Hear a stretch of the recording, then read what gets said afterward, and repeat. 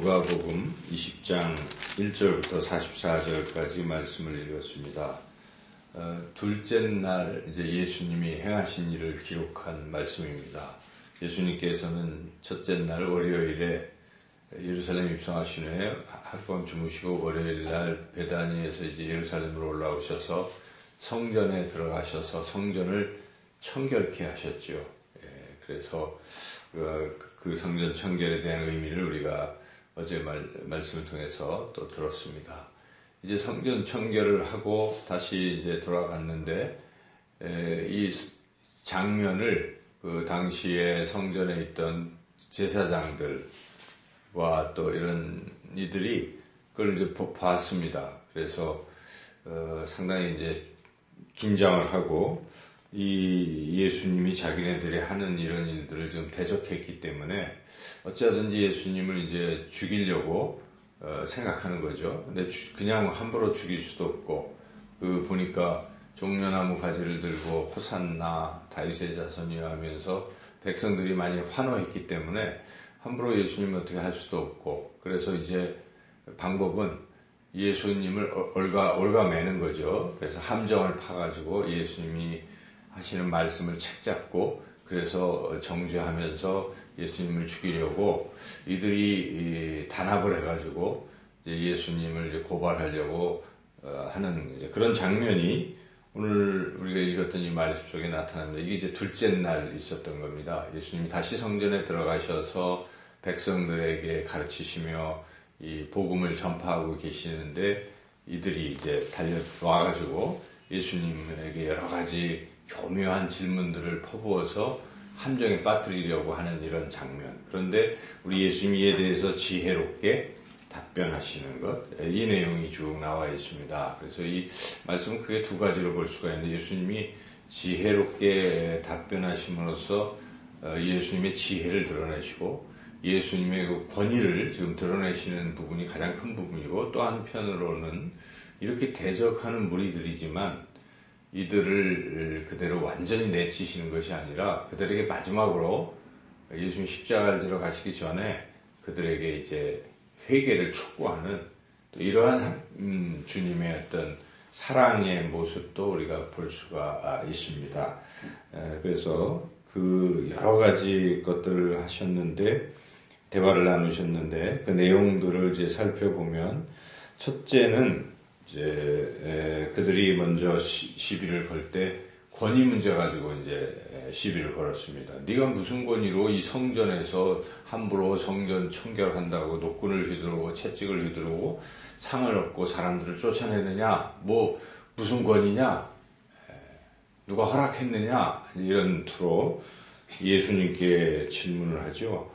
그래서 여기 보면 2절에 당신이 무슨 권위로 이런 일을 하는지 이 권위를 준 이가 누구인지 우리에게 말하라. 이렇게 지금 도전적으로 질문을 하고 있습니다.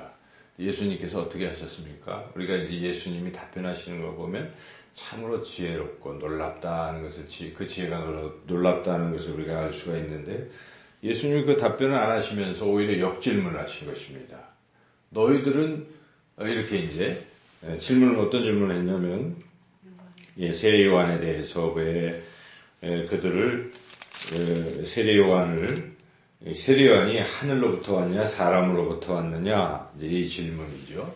이 질문을 던지셨습니다. 그 질문의 의도는 하늘로부터 왔다 그러면 그러면 이 세례 요한을 따라서 믿어야 되는데 세례 요한이 지금 선포한 것은 회개하라는 것인데 회개도 안 하고 세례 요한이 막 욕하잖아요. 독사의 자식들아 하면서 회개하지 않는 바리새인을 향해서 막 외쳤는데 그렇게 만약에 하늘로부터 왔다고 인정했다면 회개하고 지금 변화돼야 되는데 회개도 안 하고 있다는 그런 뜻이고 그리고 사람으로부터 왔느냐 그러면 세례요한을 이제 무시하고 그건 사람으로부터 왔다 그러면 당시 백성들은 세례요한이 다 선지자라고 지금 다들 그렇게 알고 있는데 그럼 백성들에게 돌을 맞을 것이고 오히려 이제 진퇴양난에 빠진 거죠. 이들이 예수님을 그렇게 올가매려고 했는데 도리어 주님의 이 질문 한마디에 꼼짝 못하게 된 것이죠. 그래서 대답을 못하겠다. 이제 이렇게 하니까 나도 못하겠다. 이렇게 해서 이제 1라운드에서는 이런 식으로 주님이 승리를 하셨습니다. 주님께서 지혜를 드러내신 것이요. 그리고 이제 주님께서 내쳐서 비유 말씀을 하시는 것입니다. 이 비유의 핵심은 너희들의 죄를 회개하라 하는 것입니다. 자꾸 그런 식으로 그리스도를 죽이려고 하고 대적하려고 하지 말고 돌이켜라. 이런 회개를 촉구하시는 주님의 사랑의 그런 말씀인 것이죠. 악한 자들을 그냥 바로 진멸을 해버리시고 내치시는 것이 아니라 끝까지 그들이 돌이키기를 바라시는 주님의 사랑을 또한 우리가 느낄 수가 있는데, 포도농부 비유입니다. 그 포도농부 비유 내용은 포도원을 주인이 만들어서 종들 어디 멀리 떠나면서 종들에게 이 포도원을 잘 가꾸고 나는 소출은 나한테 좀 보내라 이렇게 하고 떠났는데, 이 종들이 소출을 보내지 않고 있는 겁니다. 그냥 자기네들이 다 착복하고 있는 이런 상황에 이 주인이 종들을 이렇게 보내서 빨리 소출 바쳐라 이렇게 기회를 자꾸 주는데도 종들을 때리고 말을 안 듣고 3번씩이나 했는데도 안 들어서 이 주인이 끝내 자기의 가장 사랑하는 아들을 보냈는데, 이번에는 아예 그냥 죽여버리는 거예요. 이가 상속자니까 죽이고 우리가 그냥 갖자. 이렇게까지 악한 짓을 했을 때 그 포도원 주인이 와서 뭐 어떡하겠니? 완전히 다 진멸해버리지 않겠냐? 너희들이 지금 그러고 있다는 것입니다. 하나님께서 그동안 이스라엘 백성이 열매 없는 그런 포도나무, 그러한 성전, 기도하지도 않고 이속을 차리고 아주 부패해 있는 이런 상황 속에서 선지자들을 보내서 회개하라고 촉구를 하고 끝내 이제 세례요한까지 보내서 이렇게 회개를 촉구하는데 전혀 듣지 않고 마침내 아들이신 예수님께서 지금 이렇게 오셨는데, 내가 하나님의 아들로 왔는데 너희들이 나조차도 지금 대적하고 이러고 있느냐? 돌이켜라, 회개하라. 만약 이번 기회까지 놓친다면 너희들은 멸망할 것이다. 최후의 경고죠. 이렇게 주님이 지금 말씀하시는 것이죠. 그래서 회개를 촉구하는 것입니다. 그리고 그런데 이들은 회개하기는커녕 또 계속 교묘한 질문으로 우리 예수님을 괴롭히고 있는 것입니다. 가이사에게 이 세금을 바쳐야 됩니까? 또는 하나님께 바쳐야 되겠습니까? 질문을 하는 거죠. 이 질문의 의도는 어느 쪽을 대답해도 다 올가매는 거죠. 가이사에게 바치다 그러면 백성들에게 봐라, 선지자도 아니다, 로마에 아첨하는 그런 무리다, 이렇게 이제 예수님을 비하하려고 하는 것이고, 만약에 하나님께만 바쳐라 그러면 이 로마 정부에 고발하는 것입니다. 이 자는 로마 정부에 대항해서 세금도 안 바치게 하려고 한다. 이런 식으로 이제 얽어매려고 했을 때 주님이 또 지혜로운 답변을 하신 거죠. 가이사의 것은 가이사에게, 하나님의 것은 하나님께 바쳐라. 사실 이 대답이 무슨 대답인지 정확히 이야기가 그렇게 쉽지 않죠. 그것도 이제 동전 하나를 가져와서 거기서 이게 누구의 형상이냐? 거기 가이사라고 써 있잖아요. 당시 동지는. 그러면서 가이사의 것은 가이사예요. 그러니까 세금을 인정한 듯한 발언이시죠. 그러나 그걸로 끝내신 것이 아니라 하나님의 것은 하나님께 드려라 하는 말씀은 이 가이사가 누구의 것이냐? 로마 황제도 하나님의 것입니다. 그러니까 결국은 하나님께 드리라 하는 것이죠.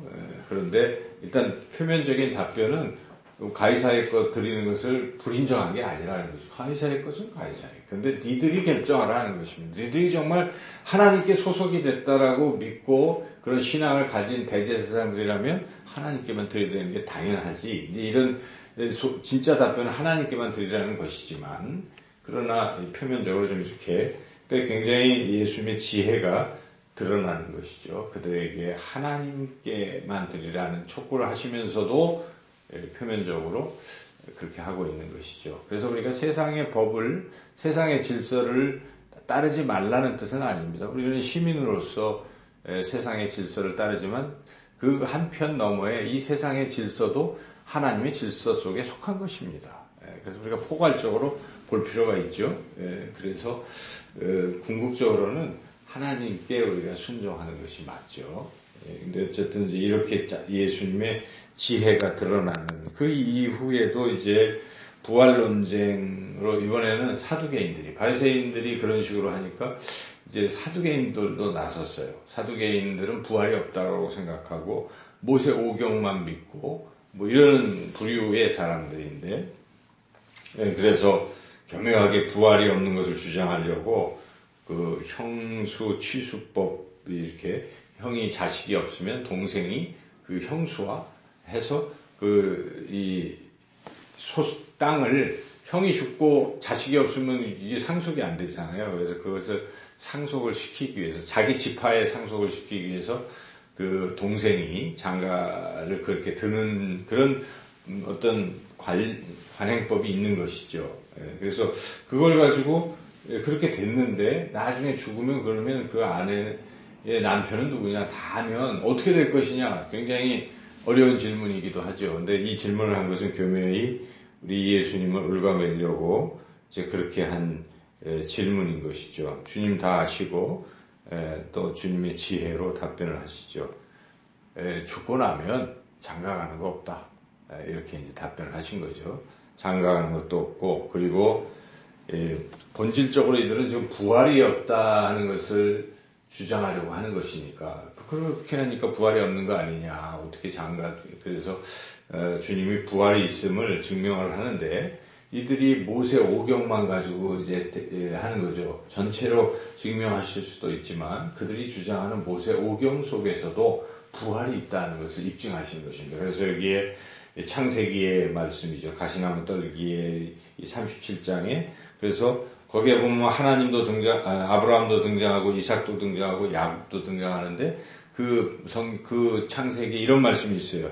하나님이 아브라함의 하나님이요, 이삭의 하나님이요, 야곱의 하나님이라는 말이 있어요. 그 말을 가지고 하나님은 산자의 하나님이시기 때문에 아브라함도 살아있고 이삭도 살아있고 야곱도 지금 살아있다. 그때 죽었는데 살아있다는 게 뭘 말하느냐? 그들이 부활했기 때문에 그런 것이다 하고 부활을 입증하셨습니다. 그래서 이와 같이 예수님의 놀라운 지혜를 이렇게 드러내니까 이들이 뭐 더 이상 질문할 게 없었어요. 그래서 아무도 말을 못하니까 이제 마지막 카운터 펀치처럼 우리 예수님께서 질문 하나 더 해버리시고, 이제는 예수님이 질문을 해서 이들을 하는 것이 이제 마지막 41절에서 44절인데요. 그 질문의 내용은 그들은 지금 메시아가 다윗의 자손 가운데 메시아가 온다는 것을 알고 있습니다. 그런데 예수님이 그걸 너희들이 알고 있을 텐데 그 다윗의 자기 자손이 메시아로 올 것이라고 했는데 그 자손을 향해서 다윗이 뭐라고 부른지 아느냐 하고 시편 110편 1절 말씀을 인용을 한 것이죠. 그래서 여기에 42절, 43절 같이 한번 읽어보겠습니다.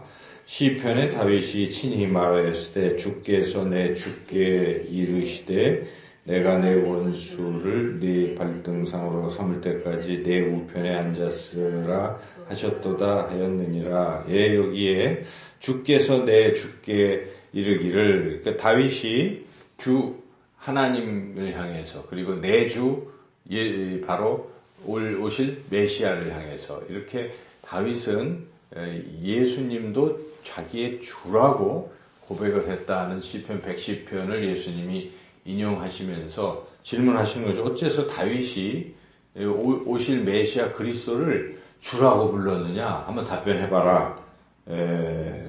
그렇게 하니까 아무 답변을 할 수가 없는 것이죠. 그래서 이러한 질문을 통해서 예수님 당신께서 바로 그리스도이심을 다시 한번 이제 드러내는 것입니다. 그래서 이게 20장, 누가복음 20장 전체가 그 하루에 일어났던 일을 기록한 말씀인데, 그 내용에서 우리가 깨달을 수 있는 중요한 메시지는 두 가지입니다. 주님은 우리가 어떠한 악인이라도 회개하기를 원하시는 것입니다.